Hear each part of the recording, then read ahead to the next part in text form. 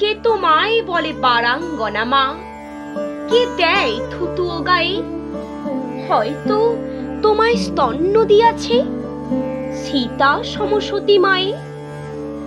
নাই হলে সতী, তবু তো তোমরা মাতা ভগিনীর জাতি। তোমাদেরই ছেলে আমাদেরই মতো, তারা আমাদের জ্ঞাতি। আমাদেরই কোনো বন্ধু স্বজন আত্মীয় বাবা কাকা, উহাদের পিতা উহাদের মুখে মোদেরই চিহ্ন আঁকা।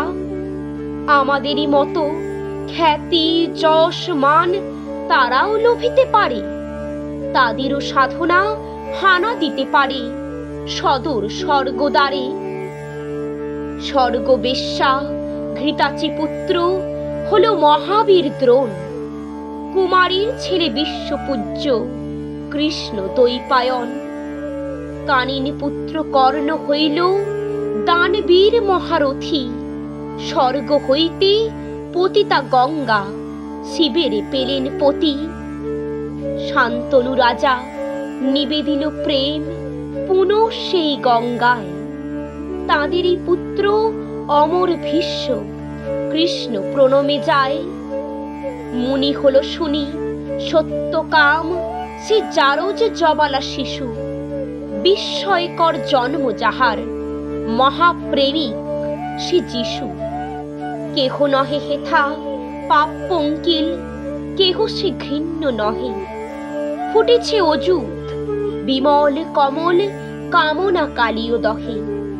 শোনো মানুষের বাণী, জন্মের পর মানব জাতির থাকে না কোনো গ্লানি। পাপ করিয়াছে বলিয়া কি নাই পুণ্যের অধিকার? শত পাপ করি হয়নি ক্ষুণ্ণ দেবত্ব দেবতার। অহল্যা যদি মুক্তি লভে, মা মেরে হতে পারে দেবী। তোমরাও কেন হবে না পূজ্য বিমল সত্য সেবী? তব সন্তানে জারজ বলিয়া কোন গোঁড়া পারে গালি? তাহাদের আমি এই দুটো কথা জিজ্ঞাসা করি খালি। দেবতাগো জিজ্ঞাসী, ১৫০ কোটি সন্তান এই বিশ্বের অধিবাসী, কয়জন পিতা মাতা ইহাদের হয়ে নিষ্কামব্রতী পুত্রকন্যা কামনা করিল? কয়জন সৎসতী? কজন করিল তপস্যা ভাই সন্তান লাভ তরে? কার পাপে কোটি দুধের বাচ্চা আতুরে জন্মে মরে? সেরে পশুর ক্ষুধা নিয়া হেথা মিলে নর নারী যত, সেই কামনার সন্তান মোরা, তবুও গর্ব কত। শুনো ধর্মের চাই, জারজ কামজ সন্তানে দেখি কোনো সে প্রভেদ নাই।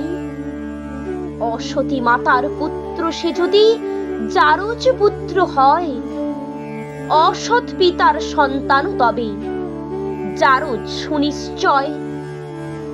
নমস্কার।